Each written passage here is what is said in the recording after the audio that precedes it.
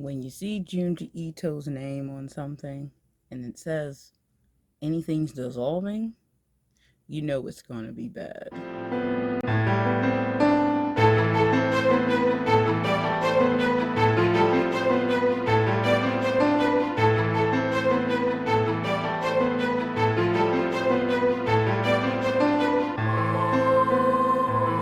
Hello everyone, author D.L. Tillery here, the Mistress of Horror, and welcome back to Mistress, Mood, and Candlelight, where I review horror books, horror video games, and horror movies for your creepy pleasure.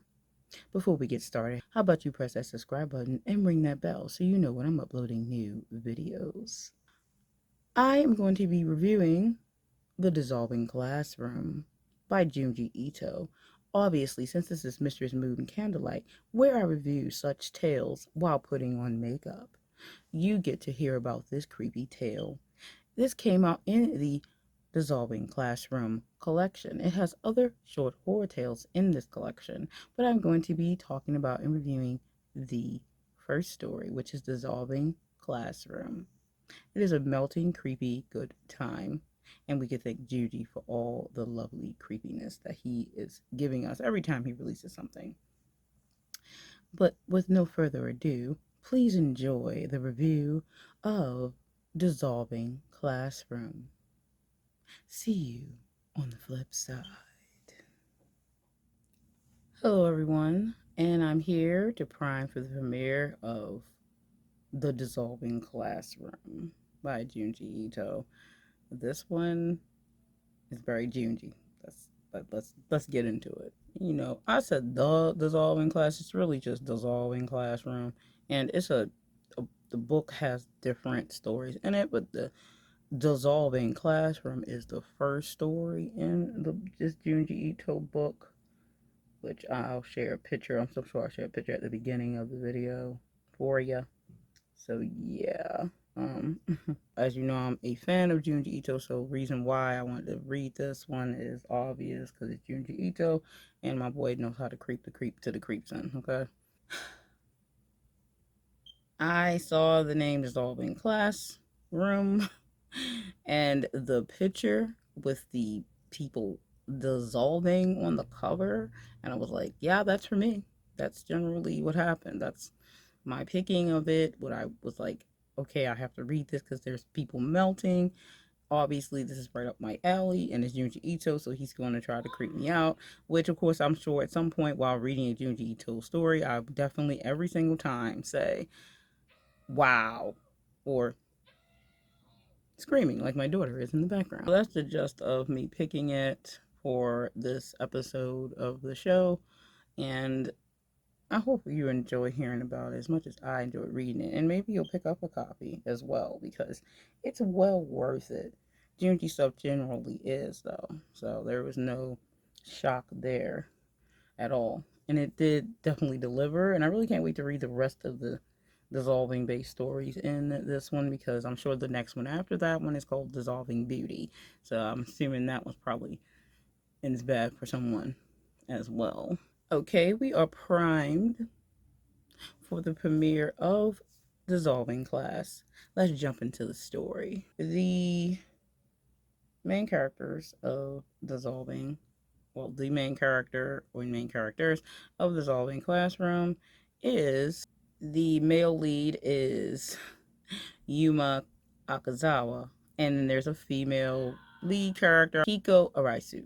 So these two characters are going to kind of lead the story, besides one other character that we will mention in a minute. This is a high school based story, so the first scene opens with Yuma being introduced to his classmates because he's a transfer student. I don't know what time period in the year of schooling it is, but he is being transferred in. He introduced himself and then he apologizes immediately to the classroom. Like, Yuma, why are you apologizing? This guy is funny, ha ha ha. Look at him making jokes on his first day and whatnot. They showed a female lead pretty much at this point in the class sitting there looking like, what is he apologizing for? Then they show some more scenes of him in the school, and he's in the hallway at one point, and he's apologizing again because he bumped into some students walking by and they're looking at him weird because he's like bowing and apologizing. They're like, it's not that serious, my dude. Like, relax. Well, the female lead sees these interactions and she's like watching him, like, what's up with this guy? Like, why is he like apologizing every time he does anything? Then fast forward a little bit, and he's like getting bullied a little bit by some other students. I mean, that's not surprising since he comes in apologizing. They're like, well, we're going to give you something to apologize for being annoying. He gets picked on. So he's like in the bathroom, and then the boys are like, what? You got something to apologize for today, Yuma? And then they like pushing his head on the ground and stuff. You're going to drink this toilet water and such. So he comes out the bathroom, and the female lead catches him coming out. He's like partially wet, and she's like, are you okay? Like, and gives him like a handkerchief or whatever to like dry his face and stuff. And he's like, I'm sorry, of course. I mean, that's what he always says. He seems pitiful enough. Or does he? This is a Junji Ito story, so hold your sympathy till later. Anyway, continue on. These type of little events are going on and happening. So the next part is kind of just out of left field almost because you don't expect it because you're just focused on Mr. Apologize over here. So anyway, but this is what the palette I'm about to use. I think it's fitting for this because it's the melting class and it's a skull, so though it's not melting, but you get the gist.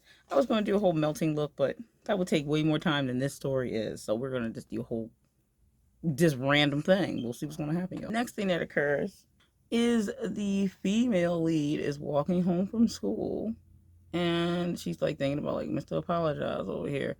And then some weird little girl with like creepy giant eyes is like looking at her from behind. She feels someone following her. And she's like, what is this? Who is this? So the little girl is following her. So she's like, okay, like, who are you? And then the little girl says like,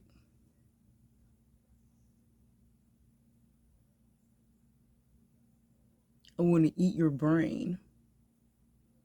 Excuse me? And she's like, books it out of there and like runs. And then all of a sudden this little girl is in front of her somehow. No. So this little girl is somehow in front of her because obviously she's a demon or something. Something's not right with this. So my girl is like and runs again.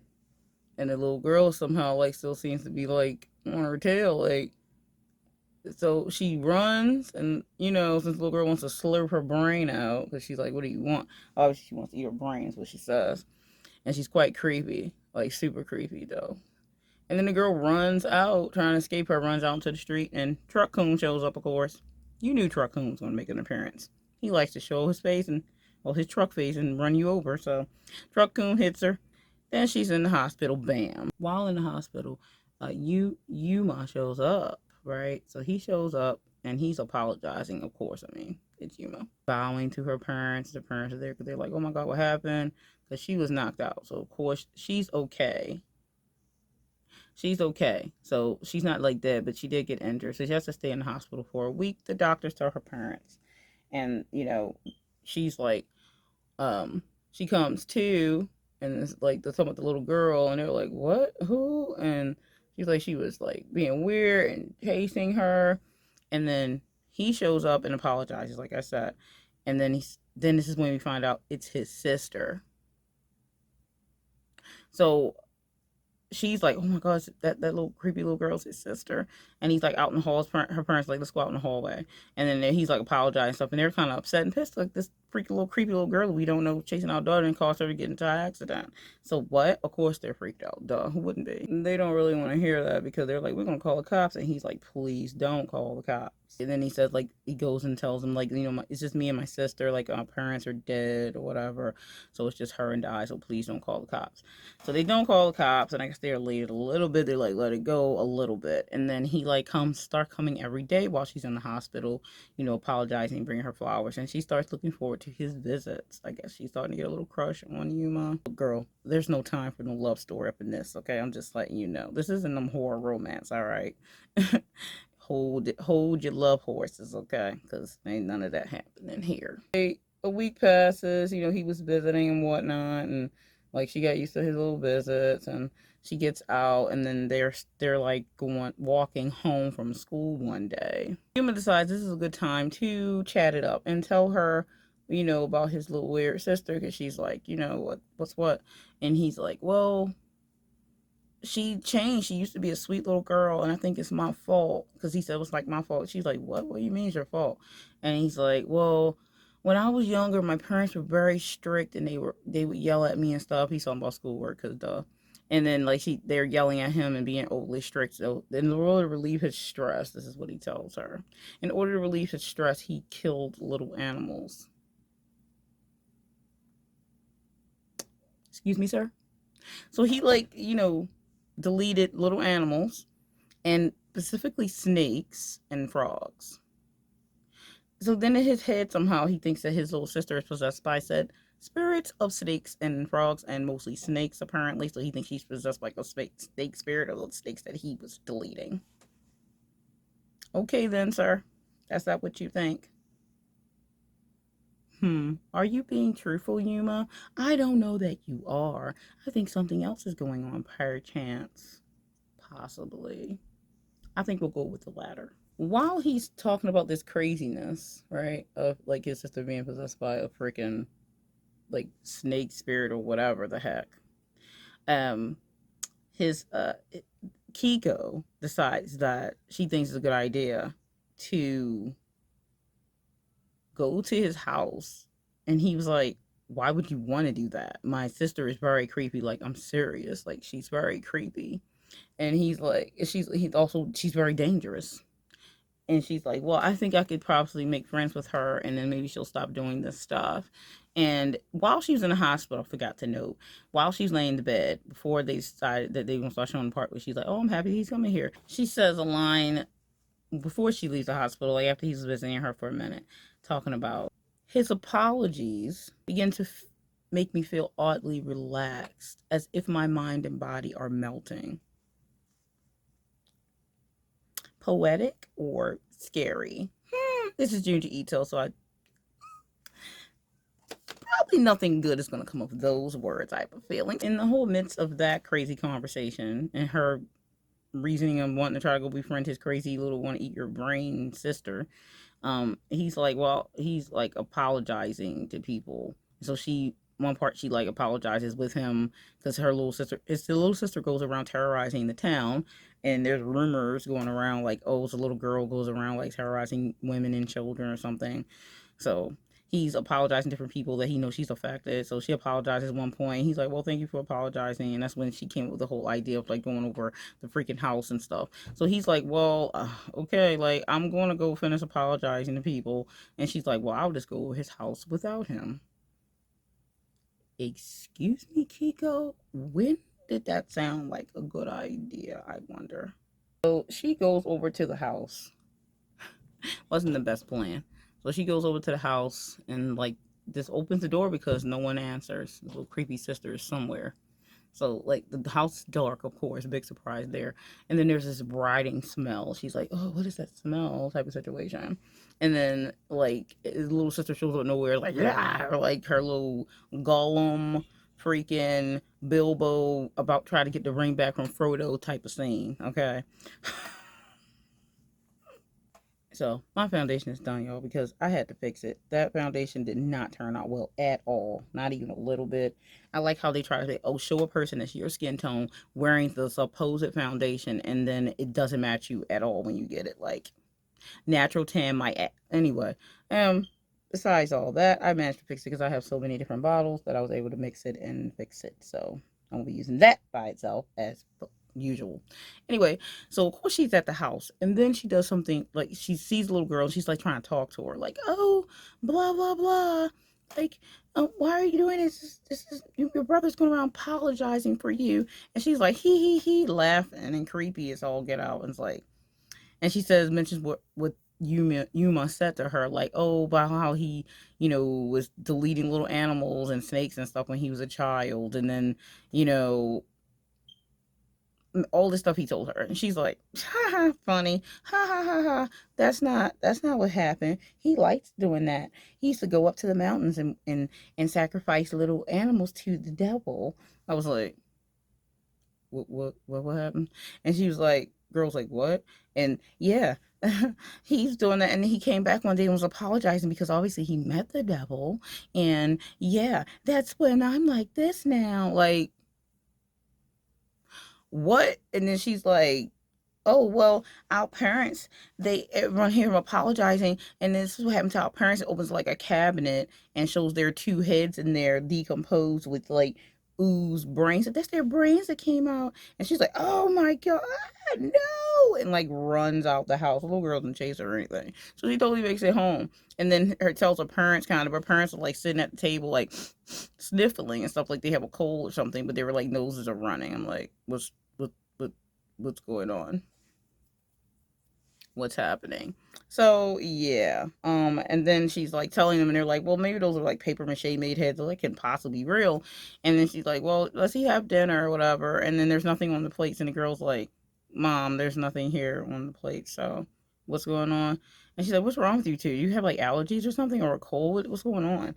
And she's like, I don't know. I'm so spacey right now. Let me make dinner. She said, that's okay. I'm not really hungry. So she then starts having the sniffles, and she's like, I'm not hungry, and goes upstairs and is like, oh, now me too. Man, whatever mom and dad has.